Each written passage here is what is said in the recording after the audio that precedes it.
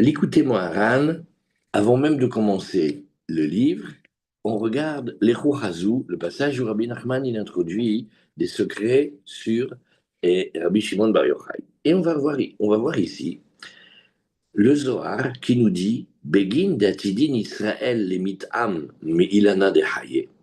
Deiu Hay Sefer Zohar. Alors on regarde un passage du Zohar.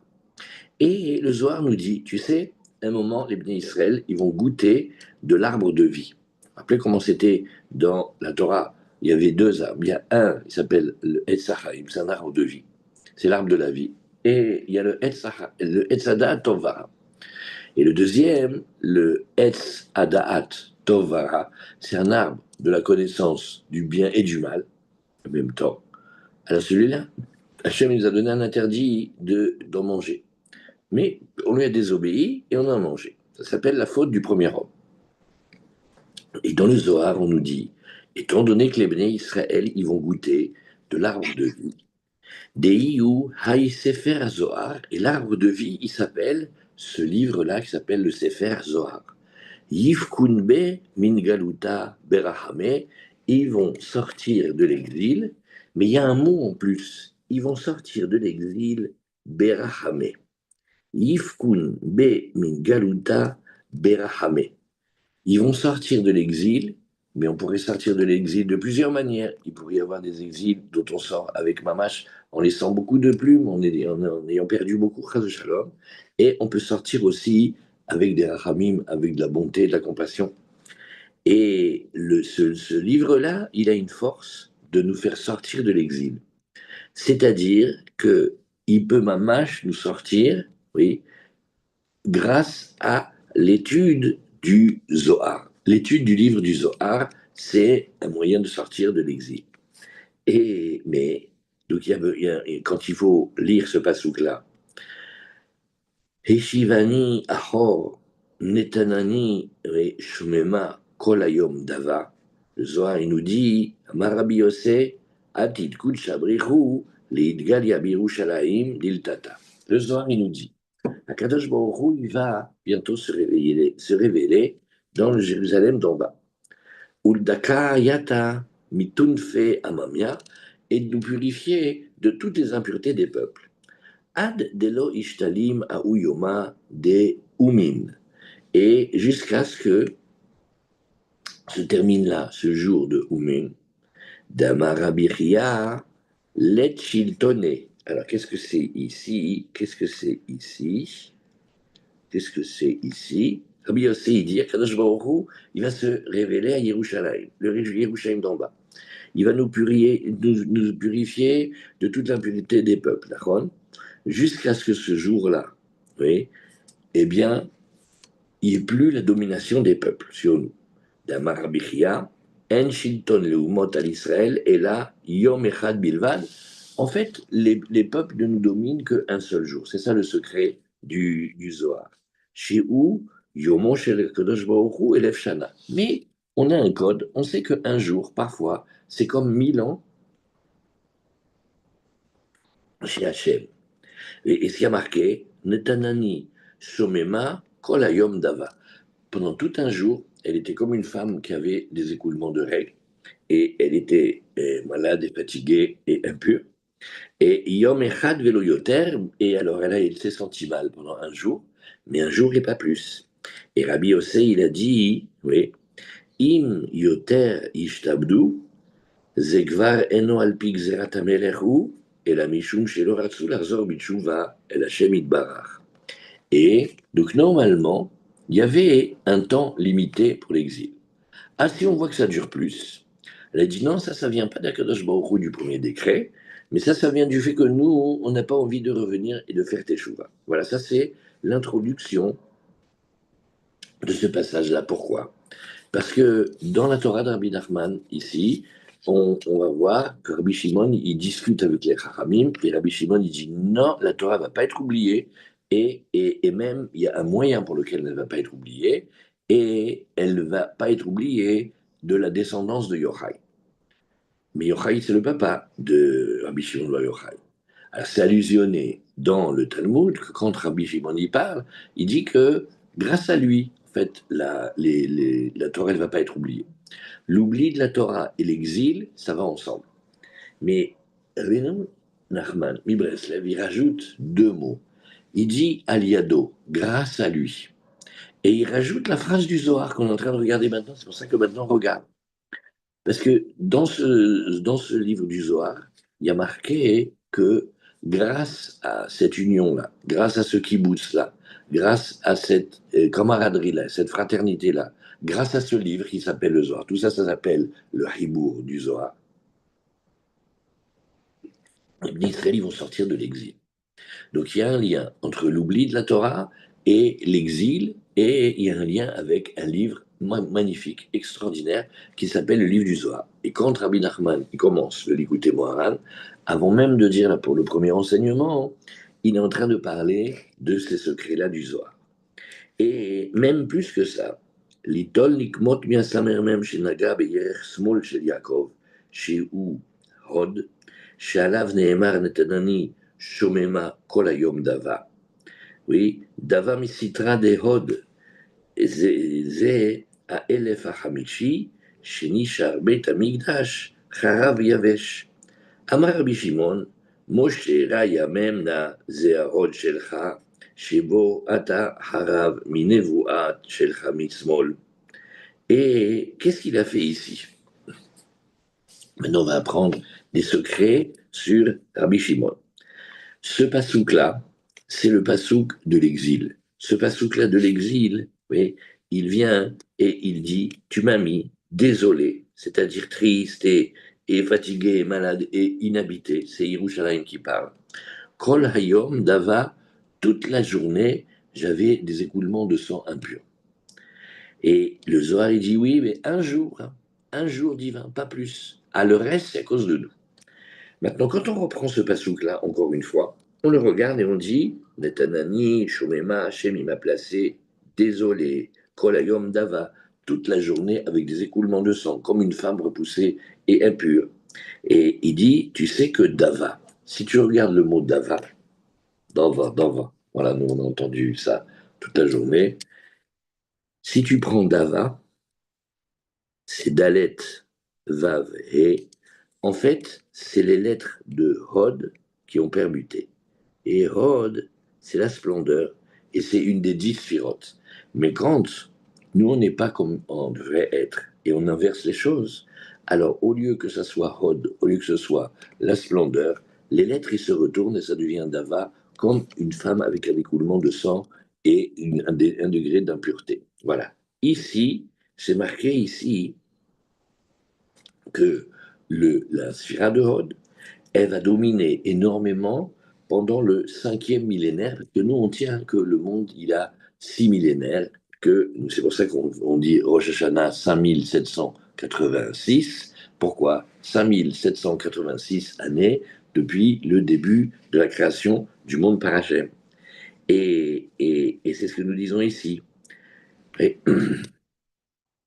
les forces obscures, elles ont attaqué Yaakov et elles l'ont attaqué dans la hanche, ouais, et dans la partie entre le corps, la partie gauche de Yaakov. Elle s'appelle le Hod. La partie droite, elle s'appelle Netzar. C'est les deux sphirotes de Netzar et Hod. La partie gauche, elle s'appelle Hod. Et Bediouk, sur ça, il y a marqué Netanani Shomema Kol Hayom Dava. Dava, c'est le mot Hod, mais retourné. Et normalement, elle aurait dû venir du côté de la beauté. Ça s'appelle Béhémet, la période du 5e millénaire depuis la destruction du temple, ou depuis la destruction, depuis la construction du monde. Ça s'appelle le Elef HaChamishi, et notre Beth Amikdash, il est resté sec et désolé, et inhabité. Et Rabbi Shimon, il vient, hein, et il dit, tu sais, Moshe Rabbeinu, Moshe Rabbeinu, il est le berger fidèle, lui, il est à splendeur, on revient au Hod, et c'est ce que Rajbi va faire ici, quand il va disparaître, c'est-à-dire qu'il va quitter, il va passer d'une chambre à l'autre, comme il a dit Rabbeinu, quand Rabbi Shimon Bar Yochai, il va quitter ce monde, il va aller en haut, ce sera le Lag Baomer. Donc, de la même manière que la femme Nida, elle a 7 jours d'impureté, alors de la même manière, de Pessah à Shavuot, on passe 7 semaines. 7 semaines, c'est comme 7 jours. Et au bout de 49 jours qui font 7 semaines, c'est comme si de nouveau nous, on était purs et on vient s'unir avec Hachem. Et ça, c'est le don de la Torah. D'accord. Alors maintenant, pendant les 7 semaines, on compte. Première semaine, Chesed, deuxième semaine, Goura, troisième semaine, Tiferet, etc. Il est le Lag Omer, si on compte le 33e jour du Omer. Alors, selon le jour et la semaine, on arrive ici dans Hod Sheberod. Vous voyez comment on fait? Chaque semaine, c'est une sphira, une des 7 sphirotes. Première semaine, par exemple, c'est Chesed. Alors, le premier jour de la première semaine, ça sera Chesed Sheba Chesed. Deuxième jour, Gvura Sheba Chesed. Maintenant, quand on arrive à la semaine du Hod, le jour du Hod, c'est le jour où Rabbi Shimon il a quitté le monde. Et en fait, qu'est-ce qu'il est venu faire? Il est venu arranger cet exil-là terrible du 5e millénaire qui venait justement de ce côté-là. Et l'arrangement, il se fait justement avec le livre du Zohar, sur lequel on a dit Yifkunbe min galuta berachame. Ils vont sortir de l'exil, mais ils vont sortir de l'exil avec douceur. Voilà le mot qui va revenir tout le temps. Parce qu'il y a plusieurs manières de sortir de l'exil. Et là, ici, oui, l'exil, il va être fini, berachamim, avec douceur. Achen, mais Bavonotenu Rabim. Et il dit, oui, sauf que Rabbi Yossé, dans le Zohar, il avait aussi allusionné ça. Il dit, oui, mais normalement, on n'aurait pas dû être en exil plus que le 5e millénaire. Ça n'aurait pas dû être. Et bien, mais, normalement, il y avait un décret divin, mais ce décret divin, il a été dépassé depuis longtemps. Ça dépend de notre teshuva. Et comme c'est marqué dans le Zohar, si Bémet, on faisait tous teshuva, tous ensemble, l'exil et la mort et la maladie, les prisons et les injustices et tout ce qu'on voit dans le monde, ça cesserait à la même seconde. Et maintenant, il va falloir maintenant donc trouver un arrangement qui soit un arrangement qui corresponde à la période dans laquelle on est maintenant. Vous voyez ce qu'on fait? Nous, on est en train de regarder, Baruch Hashem, merci Hashem de revenir d'Ouman et de commencer de nouveau. On est en train de regarder les Chochazou. Les Chochazou, c'est un passage que Rabbi Nachman il a mis avant même de commencer le Likutei Moharan, et ça parle des secrets de Rabbi Shimon. Et Rabbi Shimon, il est venu et il fait un travail, il arrange quelque chose. Et même quand il quitte ce monde, le jour où il quitte ce monde, il fait un travail encore plus grand, ça s'appelle l'Agba Omer, et c'est Rabbi Shimon.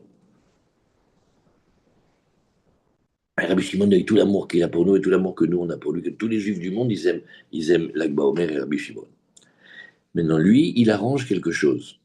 Maintenant, étant donné que on a dépassé cette date, étant donné que ce qui se passe maintenant, c'est quelque chose un peu de nouveau, parce que le décret divin, le décret divin de la date de l'exil, il a été dépassé. Donc maintenant, il y a quelque chose à arranger. Nous sommes des générations qui ont dépassé les dates d'espoir et de rêve, et on a dépassé. Et il y a besoin ici d'arranger quelque chose par rapport à nous maintenant. Et c'est ce que nous voyons ici. Il y a le livre du Zohar, qui s'appelle ce livre-là par lequel on va sortir de l'exil. Et on va sortir de l'exil avec douceur. Et normalement, on aurait dû déjà, depuis plein d'années, connaître la période de délivrance, la période du Mashiach, le retour des Lumières et le bonheur du clan d'Israël. Et ben non, pas encore. Il manque quelque chose qui irait. Alors, maintenant, c'est ce que nous disons ici. Il y a quelque chose qui va être une nouveauté ancienne de Torah, et qui va être encore comme un livre du Zohar, et présenté de telle manière qu'on ait des réponses et des conseils aussi pour la vie qu'on a maintenant. Alors maintenant, on va voir quelque chose. Et Tachazé. Alors on va regarder ici. Tachazé, Bisha'a Chayve Alma. לא כתיב ויראה בעיני השם, וכאן כתיב ויראה בעיני השם אשר עשה. מה היא טעמה? משום דכתיב ושיחת אנסה. Nanama Rabbi Yehuda, let la chova be'alma, de lo itle teshuva, bar mihai, let la chayava, de lo haman, apeshrinta, bar mihai. Diuti, lo yegocha, ra, klal. Maintenant, voilà. Il y a un passage du Zohar qui fait très très peur et qu'on doit remercier Hachem qui nous a envoyé Rabbi Nachman et qu'il a envoyé mamache de la douceur et des eaux vivifiantes et quand même migvé par rapport à ça. Alors on attache les ceintures parce que celui-là, c'est un moment mamache incroyable. Ce Zohar-là, il a fait peur énormément, énormément. Et il y a encore aujourd'hui des gens qui sont blessés de la manière dont ils l'ont reçu. Pas du Zohar lui-même, parce que le Zohar, il est magnifique, mais de la manière dont ça a été enseigné, où ça a été véhiculé, ou le désespoir que ça a pu causer. Parce que Rabbi Nachman, il vient sur ce passage-là, et lui, il dit et il rassure le cœur de ne pas s'inquiéter et de trouver le conseil et la solution, oui, qui permet avec douceur de tout arranger. Bezrat Hashem, Bezrat Hashem, Bezrat Hashem. Alors voilà, ce Zohar-là, oui, on le lit, mais maintenant on le lit plus jamais pareil. On le lit maintenant avec Rabbeinu. Il dit, le Zohar, il parle d'une faute plus particulière que les autres, et il dit que celle-là, eh ben, il n'y a pas d'espoir, on peut jamais y revenir. Le terme du Zohar, il dit, regarde, dans toutes les formes de méchanceté, il n'y a pas marqué que c'était abominable et mauvais aux yeux d'Hachem, juste dans celle-là. Et de quoi parle-t-on? On parle de quelqu'un qui, volontairement, il prenait sa semence et il a dilapidé, parce qu'il ne voulait pas que sa femme tombe enceinte. Le premier, il ne voulait pas qu'elle perde sa beauté. Le deuxième, il ne voulait pas qu'il fasse un enfant à son frère qui ne serait pas de lui. Voilà, ça c'est le scénario, ça s'appelle Ervona. Et quand le Zohar, il parle de cette scène-là, il dit, tu te rends compte qu'Hachem, il a dit que ça, c'était mal à ses yeux, alors que pour toutes les autres avérotes, il n'a pas dit comme ça. Et pourquoi? Parce que prendre ses forces de vie et les dilapider, ça c'est comme si on disait impardonnable. Et, et, et c'est ce que le Zohar il nous dit. Rabbi Yehuda, il a dit, il n'y a aucune faute au monde dans lequel la Teshuvah, le retour, ne puisse pas servir, sauf celui-là. Il n'y a aucun méchant dans le monde qui ne voit pas le visage d'Hachem, sauf celui-là. Et voilà. Et si on arrête ce Zohar-là, eh ben c'est comme si c'était marqué, il n'y a plus d'espoir. Et donc maintenant, celui qui lit ces paroles, ou celui qui les entend, ou celui qui tombe sur des gens qui sont ou maladroits ou mal intentionnés, et ou qui font de ça un fonds de commerce, aïe, c'est fini, il est cuit. Parce qu'il voit que son souci, ben, on ne peut pas le résoudre. Or, il ne faut pas avoir honte. Le souci des dernières générations, comme il va dire le Zohar aussi, c'est que ces sujets-là. Ça touche pratiquement tout le monde. Quand on dit pratiquement tout le monde, c'est mamache, à part quelques exceptions. Et c'est le gros du travail. C'est le désir, c'est l'imaginaire, c'est les passions, c'est Mishmor. Alors, et donc, celui qui entend ça, ou qui a reçu ça de manière pas appropriée, ça le casse complètement. Ouais. Et surtout, est-ce qu'il y a quelqu'un qui pourrait dire, ouais, est-ce qu'il y a quelqu'un qui pourrait dire qu'il est net et exempt de toute faute là-dedans? Voilà. Et donc, ça voudrait dire quoi? Chas v'shalom, chas v'shalom, chas v'shalom. Quoique les portes du retour ne sont fermées. Ben là, comment tu veux qu'on fasse ici? Mais Béhémet, c'est là où il arrive, Rabbi Nachman. Et Maïm Amukim, Divrei Pi Ish, Nahal, Novea, Mekor, Chochma. Et voilà où il arrive, notre Rabbi Nachman Breslev. Et lui, il a pris sur lui de prendre ce Zohar-là et de nous le transmettre avec un tikkun, avec une manière belle et pure et simple d'arranger. Et c'est ce que tu verras ici dans les sirotaran. Cette adresse-là, elle est mamache, c'est comme un baume au cœur de toute personne, jeune ou vieille d'ailleurs, ça ne change rien du tout. Homme ou femme, c'est mamache, c'est le gros, c'est l'histoire du monde. Oui. Et il dit, Beinian mashekatu bazora kadosh al bgam abrit, ou biprat mande, ou shidzara, kanechaz shalom, en moil tshuva. Alors, Rabbi Nachman, il prend ce passage-là du Zohar. Il le prend et il le travaille. Et il dit, Nachon, c'est vrai, c'est marqué comme ça, que celui qui est dans ces pratiques-là, ouais, Bichlal, il n'y a pas de teshuva. En 2 mots, on est en train de parler de tout ce qui s'appelle les émissions de semences en vin, etc. Alors il dit, non, c'est pas comme ça. Ouais. Tout, la tchouva, elle marche sur tout. Ah, le Zohar, il a dit que la tchouva, elle marche pas là-dessus. Et Rabbi Nachman, il dit, la tchouva, elle marche même sur ça. Et Ve'amar, Shebazé Amar Zohar, En Shum Adam Mevin Apshat Rak ou Levad. Alors, il y a ces phrases que Rabbi Nachman, il est capable de dire. Il dit cette phrase du Zohar. Personne au monde, à part moi, ne la comprend. Il faut le faire quand même, hein. והכלל, שבאמת מועיל תשובה בוודאי על החטא זה, אפילו אם הרבה לפשוע חס ושלום בזה. La teshuva, le retour, il marche aussi. On peut même arranger ça, parce qu'il n'y a rien qui résiste à la teshuva. Parce qu'il n'y a rien qui résiste à la teshuva. Ou gvar mevoar besfarim anitfasim gvar, sheikar teshuva ou les bal yase od mikan ou leaba. Et on reprend demain sur ce passage-là. La teshuva, ça s'appelle, mais bon, c'est le DAF, il faut reprendre. À demain, à demain. À demain. Les